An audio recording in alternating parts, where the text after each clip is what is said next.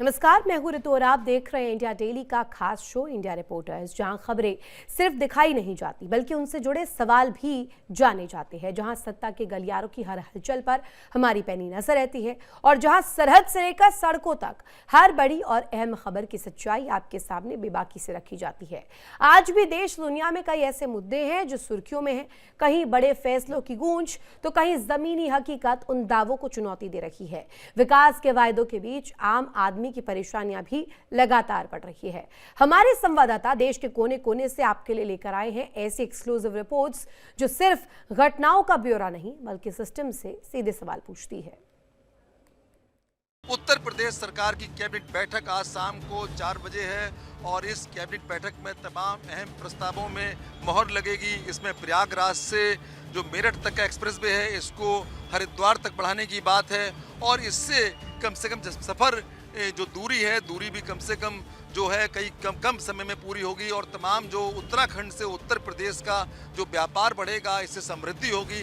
तमाम ऐसे जो मुद्दे हैं जिन पर मोहर लगनी है, तमाम जो जिलों से लिंक एक्सप्रेस वे हैं उन पर भी मोहर लगेगी। साथ में उत्तर प्रदेश परिवहन निगम में इलेक्ट्रिक बसेस बढ़ेंगी। लगभग ये 4 से 4 हजार करोड़ के आसपास का पूरा ये बजट बताया जा रहा है। और इसके अलावा जो पुलिस भर्ती में मृतक आश्रित जो भर्ती होते हैं उनके लिए जो शारीरिक दक्षता में तमाम अहम बदलाव होने वाले हैं, उन बदलाव में ये क्योंकि जो दौड़ है उनके लिए दौड़ थोड़ा कम की जाएगी। तो ऐसे में तमाम अहम प्रस्ताव हैं जिन पर मोहर लगने वाली है, क्योंकि प्रदेश के मुख्यमंत्री योगी आदित्यनाथ जी लगातार प्रदेश के विकास में काम कर रहे हैं और तमाम जो प्रस्तावों पर मोहर लगा के उनको बाकायदे कैबिनेट मोहर लगा के बाकायदे उनको अमल करने का प्रयास कर रहे हैं। क्योंकि जिस तरह योगी जी जो तमाम उद्योग हैं, निवेश है, आज तमाम निवेश को भी लेकर उसमें तमाम प्रस्तावों पर मोहर लगेगी।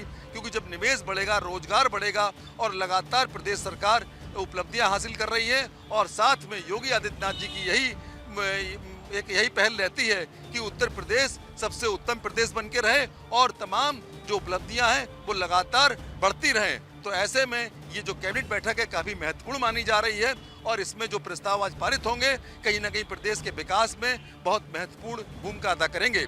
कैमरामैन सरजीत के साथ Sushil Kumar Tiwari, India daily 24x7 Lucknow से।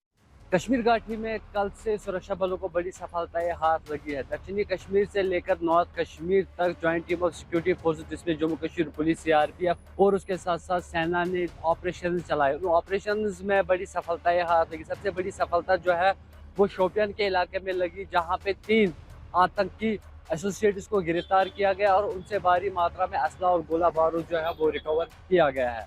उसके बाद दक्षिणी कश्मीर के पुलवामा इलाके में 2 युवकों को गिरफ्तार किया जो ओवरग्राउंड वर्कर्स हैं, उनसे भी भारी मात्रा में असला और गोला बारूद जो है वो रिकवर किया गया।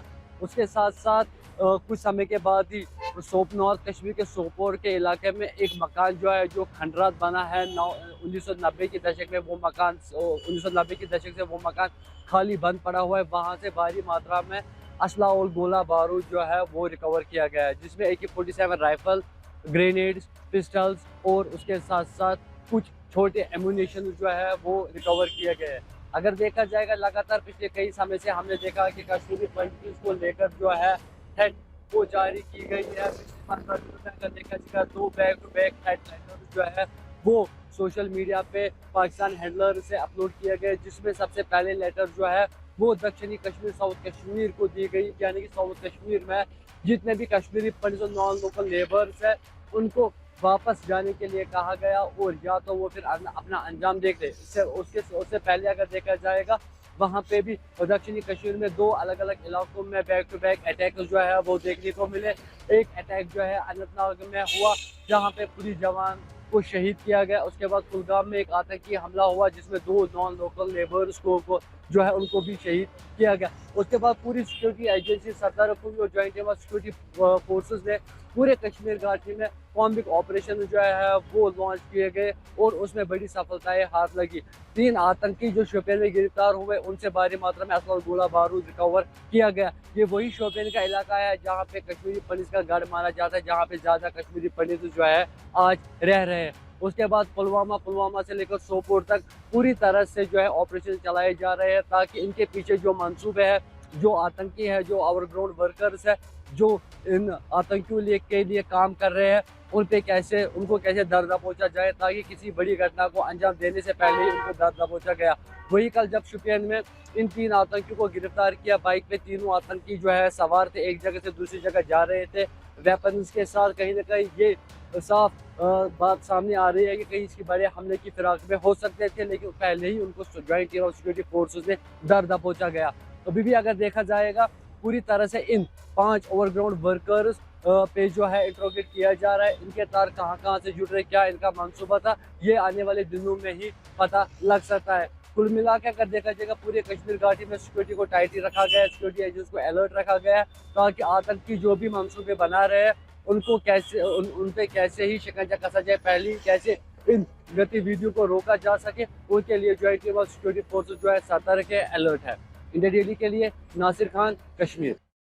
क्या पाकिस्तान का सबसे बड़ा गैंगस्टर शहजाद भट्टी भारत के गृह मंत्री अमित शाह से डर गया है? क्या पाकिस्तान का सबसे बड़ा गैंगस्टर शहजाद भट्टी छुप छुप कर अपनी वारदातों को अंजाम देने के लिए नए नए पैंतरे अपना रहा है? हम ऐसा इसलिए कह रहे हैं क्योंकि जब से गृह मंत्री अमित शाह ने शहजाद भट्टी के गिरवा तक उनके हाथ पहुंच गए हैं, उसके बाद से शहजाद भट्टी लगातार तड़प रहा है, लगातार बिलबिला रहा है। शहजाद भट्टी 33324 ये वो नई आईडी है जिसके जरिए शहजाद भट्टी भारत में मौजूद अपने गुर्गों तक पहुंचने की कोशिश कर रहा है। आईएसआई का बैक है शहजाद भट्टी को, और आईएसआई शहजाद भट्टी के जरिए तमाम आतंकी वारदातों को भारत में अंजाम देने की कोशिशें करवाता रहता है। लेकिन जिस तरीके से भारत के गृह मंत्री अमित शाह ने पाकिस्तान के सबसे बड़े गैंगस्टर और आईएसआई की बैक कहे जाने वाले शहजाद भट्टी के गिरेबां को पकड़ लिया है, उसके बाद से शहजाद भट्टी लगातार गिड़गिड़ा रहा है, बिलबिला रहा है। दरअसल भारत में शहजाद भट्टी के तमाम सोशल मीडिया अकाउंट्स, चाहे वो इंस्टाग्राम पे हो, फेसबुक पे हो, एक्स पे हो या दूसरे सोशल मीडिया प्लेटफॉर्म पे हो, तमाम प्लेटफॉर्म को बैन कर दिया गया है भारत के अंदर, जिसके जरिए शहजाद भट्टी लगातार अपने गुर्गों तक अपनी बातें या ऑपरेशन की जानकारियां या हिदायतें पहुंचा रहा था। लगातार एक के बाद एक तमाम सोशल मीडिया अकाउंट्स भारत में शहजाद भट्टी के बैन हो रहे हैं, और यही कारण है कि शहजाद भट्टी तड़प रहा है और छुप छुप कर अलग अलग सोशल मीडिया आईडी बना रहा है। और उनमें से अब एक नई आईडी उसने बनाई है इंस्टाग्राम पर, जिसका नाम उसने खुद बताया है शहजाद भट्टी 33324। इसके साथ ही शहजाद भट्टी का एक ऑडियो सोशल मीडिया पर भी ज़बरदस्त तरीके से वायरल हो रहा है, जिसमें वो ये साफ तौर पे कहता हुआ सुनाई दे रहा है कि उसने ये इंस्टाग्राम आईडी बनाई है और इस इंस्टाग्राम आईडी के ज़रिए ही वो तमाम चीज़ें बातें करेगा। उसने ये भी जिक्र किया है कि अमित शाह जिस तरीके से जो काम कर रहे हैं उसके बारे में भी वो बात करेगा। इसके अलावा उसने ये भी कहा है कि अगर भारत सरकार उसकी इस इंस्टाग्राम आईडी को बैन कर देती है तो वीपीएन के जरिए वो उससे बात कर सकते हैं, यानी भारत में मौजूद जो गुर्गे हैं शहजाद भट्टी के, वो वीपीएन के जरिए शहजाद भट्टी से बात कर सकते हैं। तो ये कहना गलत नहीं होगा कि अब ज़मीनी लड़ाई के अलावा डिजिटल लड़ाई भी भारत सरकार शहजाद भट्टी या ये कहा जाए इनडायरेक्टली आईएसआई से लड़ रही है और लगातार हर जगह उनकी पहुंच को ख़त्म कर रही है। यही कारण है कि शहजाद भट्टी लगातार नई नई आईडी बना रहा है और एक के बाद एक भारत सरकार उसकी तमाम आईडीज़ को ब्लॉक और बैन भी कर रहे हैं। यही कारण है कि अब इंस्टाग्राम पर नई आईडी बनाकर शहजाद भट्टी डिजिटल तरीके से अपने आईएसआई के द्वारा दिए गए आदेश को खतरनाक मंसूबों का रूप देकर भारत में अंजाम देने की कोशिशें एक बार फिर करने में जुट गया है। हालांकि भारत की एजेंसियां और भारत की जो पुलिस है, तमाम राज्यों की पुलिस और एजेंसियां लगातार शहजाद भट्टी के नेटवर्क पर शिकंजा कस रही है और अब लगातार जिस तरीके से शहजाद भट्टी अलग अलग जो आईडीज़ बना रहा है उसको लेकर भी भारत की एजेंसियों ने फुल प्रूफ प्लान तैयार कर लिया है। वीडियो जर्नलिस्ट रविंदर के साथ रजनीश शर्मा, इंडिया डेली, दिल्ली। दिल्ली में स्वाइन फ्लू और बुखार के केस बढ़ने के बाद उत्तर प्रदेश का जो स्वास्थ्य विभाग है काफ़ी अलर्ट मोड में है, क्योंकि यहाँ भी बुखार के तमाम मरीज आ रहे हैं। इस वक्त मैं श्यामा प्रसाद मुखर्जी हॉस्पिटल में हूँ। आप देख सकते हैं पीछे तमाम लंबी लंबी कतारें लगी हुई हैं। लगातार यहाँ पर सुबह से पेशेंट्स काफ़ी आ रहे हैं, क्योंकि जो पेशेंट्स पहले आते थे उनकी संख्या में काफ़ी इजाफा हुआ है। और ये लंबी लंबी कतारें बता रही हैं कि दिन के समय भी, क्योंकि सुबह खुल जाता है, सुबह खुलने के बाद से लगातार यहाँ पर जो पेशेंट्स हैं उनकी जो बढ़ोतरी हुई है और बुखार के पेशेंट्स काफ़ी आ रहे हैं। डॉक्टरों का कहना है एक तो बच के रहें, और स्वाइन फ्लू के लिए प्रदेश सरकार ने बहुत तैयारियां की हैं, क्योंकि स्वाइन फ्लू को देखते हुए दिल्ली का जो पूरा मामला है, वो जो स्वास्थ्य विभाग ने जो मीटिंग की उसमें जो तमाम जो सीएमओ हैं पूरे ज़िले भर के, उनको कहा गया है कि पूरे अलर्ट मोड में रहें। कोई भी अगर स्वाइन फ्लू का केस मिलता है तो उसका तत्काल इलाज कराएं, और साथ में जो बुखार के मामले भी आ रहे हैं उनको भी बिल्कुल गंभीरता से लें, क्योंकि इसमें कुछ भी हो सकता है। तो ऐसे में प्रदेश सरकार काफ़ी एक्टिव मोड में दिख रही है, और साथ में जो पेशेंट्स हैं उनको डॉक्टर सलाह दे रहे हैं, एक तो वो जहां पर इस तरह के पीड़ित हैं उनके पास न जाएं, और साथ में या तो मास्क रखें, और मास्क रखने के साथ साथ प्रयास करें कि जो जहां भीड़भाड़ वाला इलाका है उससे बचें। तो ऐसे में डॉक्टर्स का कहना ये भी है कि इस मौसम में बुखार तो होता ही है, लेकिन अभी अगर स्वाइन फ्लू की बात करें तो 1 महीने में 3 स्वाइन फ्लू के पेशेंट्स लखनऊ में मिले हैं। तो ऐसे में इसके लिए सतर्कता ज़्यादा कर दी गई है, और यहाँ तक कि जो ब्रजेश पाठक डिप्टी सीएम हैं उन्होंने एक मीटिंग भी ली है स्वास्थ्य विभाग के तमाम आला अधिकारियों के साथ में, उनको दिशा निर्देश दिए हैं, और साथ में कहा है कि जो भी इस तरह की पेशेंट्स आ रहे हैं, चाहे मौसमी बुखार के हों चाहे स्वाइन फ्लू के हों, तो उनको तुरंत इलाज मिलना चाहिए। जो भी दवाइयाँ हैं कोई कमी नहीं होनी देनी चाहिए, और साथ में पूरा प्रयास रहे कि उत्तर प्रदेश में जो भी लोग हैं वो स्वस्थ रहें, उन्हें कोई भी बीमारी की चपेट में आने से बचाने के लिए जो स्वास्थ्य विभाग है उसका पूरा प्रयास रहना चाहिए। कैमरामैन सरजीत के साथ सुशील कुमार तिवारी, इंडिया डेली 24/7, लखनऊ से। वाराणसी के रोपवे का फेज 2 का ट्रायल जल्द शुरू होने वाला है। बता दें कि काशी में बन रहा है विश्व का तीसरा और देश का पहला अंतर्राष्ट्रीय पब्लिक ट्रांसपोर्ट रोपवे, जिसका ट्रायल फेज 1 कंप्लीट हो चुका है। फेज 2 को जल्द शुरू करना था, मगर सावन के दौरान गदौलिया और गिरजाघर रथ यात्रा समेत तमाम स्थानों पर भारी संख्या में श्रद्धालु पहुंचने के कारण इस ट्रायल को रोक दिया गया था, मगर रक्षाबंधन के बाद से पुनः इसका ट्रायल किया जाएगा। अब तक लोड टेस्ट किया जा चुका है, और अब फेज 2 में 148 गंडोलों को चला करके टेस्ट किया जाएगा कि किस तरीके से काम करते हैं। कुल 5 प्रमुख स्टेशन होने वाला है, जिसमें कैंट, विद्यापीठ, रथ यात्रा, गिरजाघर और गदौलिया।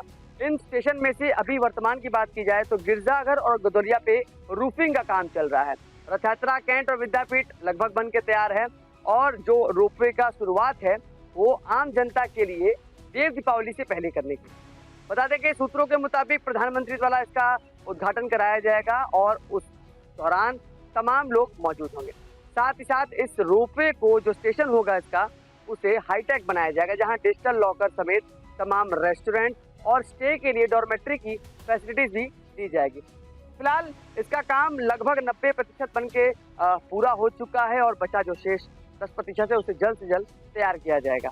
बता दें कि एक गंडोले में मैक्सिमम 10 यात्री सफर कर पाएंगे, और ये सफर ई रिक्शा से भी सस्ता होने वाला है। 10 रुपए पर स्टेशन के हिसाब से अनुमानित इसका जो फेयर है वो रखा गया है, जो कि जल्द सार्वजनिक कर दिया जाएगा, और उसकी तस्वीर सामने हो जाएगी। फिलहाल काशी का ये जो स्टेशन बन रहा है, इसको देखते हुए काशी वासी समेत जो टूरिस्ट आते हैं, जो यात्री पर्यटक पहुंचते हैं काशी, उनमें भी उत्साह देखने को मिल रहा है, क्योंकि काशी को गलियों का शहर कहा जाता है। गलियों में ट्रैफिक में फंसते हैं जो यात्री, उन्हें दिक्कत भी होती है। कहीं ना कहीं कुछ ऐसे यात्री भी काशी आते हैं जिनके पास कुछ घंटों का समय होता है, और उसी घंटों में वो बाबा विश्वनाथ के दरबार, काशी के कोतवाल और माता गंगा के दर्शन करने की उम्मीद रखते हैं, मगर कई बार ये संभव नहीं हो पाता। मगर अब ये संभव हो पाएगा। जब रोपवे की शुरुआत हो जाएगी तो महज 4 से 5 मिनट के अंदर आप कैंट से गदौलिया पहुंच जाएंगे, जहां आप सीधे बाबा विश्वनाथ के दरबार के पास उतरेंगे। वहीं बगल में माता गंगा के घाट भी होंगे। फिलहाल रोपवे का कार्य लगभग पूरा हो चुका है, और जल्द ही इसका उद्घाटन प्रधानमंत्री द्वारा कराया जाएगा। वाराणसी से इंडिया डेली के लिए नित्यानंद मिश्रा। दिल्ली एनसीआर में सुबह से हो रही बारिश की वजह से कई जगहों पर जल जमाव की स्थिति हो चुकी है। इस वक्त हम आईटीओ की आपको तस्वीर दिखा रहे हैं। सबसे ज़्यादा पानी जो है, वाटर लॉगिंग जो है वो आईटीओ पर आपको नज़र आएगी। देखिए लोग जो है वो हाथों में जूते के सहारे जो है यहाँ पर खड़े हैं, जूते जो है वो हाथ में लेकर यहाँ पर खड़े हैं। ये तस्वीरें नज़र आ रही है और इसकी वजह से आधा रूट जो है वो डाइवर्ट हो चुका है, क्योंकि 2 लेन जो है वो पानी के अंदर डूब चुका है। नगर निगम यानी कि एमसीडी की आपको वो गाड़ियाँ नज़र आएंगी, जो ट्रैक्टर्स हैं वो वहाँ से पानी निकालने की कोशिश कर रही हैं। कई ऐसे सड़क जो है वो पानी के अंदर जलमग्न हो चुके हैं। सुबह से हो रही बारिश की ये तस्वीर है। दूसरी तरफ की तस्वीर दिखाने की कोशिश करेंगे। दूसरी तरफ आईटीओ की ये तस्वीर है, जहाँ पर पूरी तरीके से वाटर लॉगिंग जो है वो हो चुका है। तमाम जगहों पर दिल्ली की ऐसी ही तस्वीरें हैं। जो वादे किए गए थे कि सीवेज की सफाई की गई है, वो अब धरातल पर नज़र नहीं आ रहा। ये दूसरी तरफ की आपको हम तस्वीर दिखाने की कोशिश करेंगे। ये आईटीओ की तस्वीर है, जो सबसे अहम इलाका मुख्य मार्ग माना जाता है, लेकिन वहाँ पर फ़िलहाल ये स्थिति है कि लोग जो हैं वो जूते हाथ में लेकर या पैंट को ऊपर पहन के जा रहे हैं। देखिए गाड़ी भी लगी हुई है, कितने पानी के अंदर वो डूबी हुई है। करीब आधा से ज़्यादा टायर जो है वो पानी के अंदर डूब चुका है। और जो रूफ टॉप है, यानी कि जो सीढ़ी लगी हुई है दूसरी तरफ जाने के लिए, वहाँ के भी स्थिति सबसे ज़्यादा भयावह है। पानी जो है वहाँ पर ही पहुँचा हुआ है। फुट ओवर ब्रिज के पास भी इतना पानी है कि लोग फुट ओवर ब्रिज को यूज़ नहीं कर पा रहे, इस्तेमाल नहीं कर पा रहे। जो ख़ास तौर पर बस टर्मिनल्स बने हुए हैं, यानी कि जो बस स्टॉप है वहाँ पे बस नहीं आ रही है। देखिए बस कहाँ पर आ रही है, हम आपको वो तस्वीर दिखा रहे हैं। 2 लेन हट के रोड पे लोग जो हैं वो खड़े हैं बसों में बैठने के लिए। ऐसी तस्वीरें जो हैं वो फ़िलहाल नज़र आ चुकी है। तमाम जगहों पर ऐसी ही वाटर लॉगिंग की तस्वीरें नज़र आ रही है। और महज कुछ घंटे की बारिश ने ही दिल्ली के एमसीडी की और साफ सफाई की पोल खोल दी है। वीडियो जर्नलिस्ट कमल सिंह के साथ उत्कर्ष, इंडिया डेली, दिल्ली। और यार रुकेंगे एक छोटे से ब्रेक के लिए, आप बने रहिए इंडिया डेली के साथ। देखिए इंडिया डेली 24/7 अब आपकी स्मार्ट टीवी पर। इंडिया डेली मौजूद है सभी डिजिटल प्लेटफॉर्म पर लाइव और लगातार। इंडिया डेली 24/7 हर दिन राष्ट्र को समर्पित।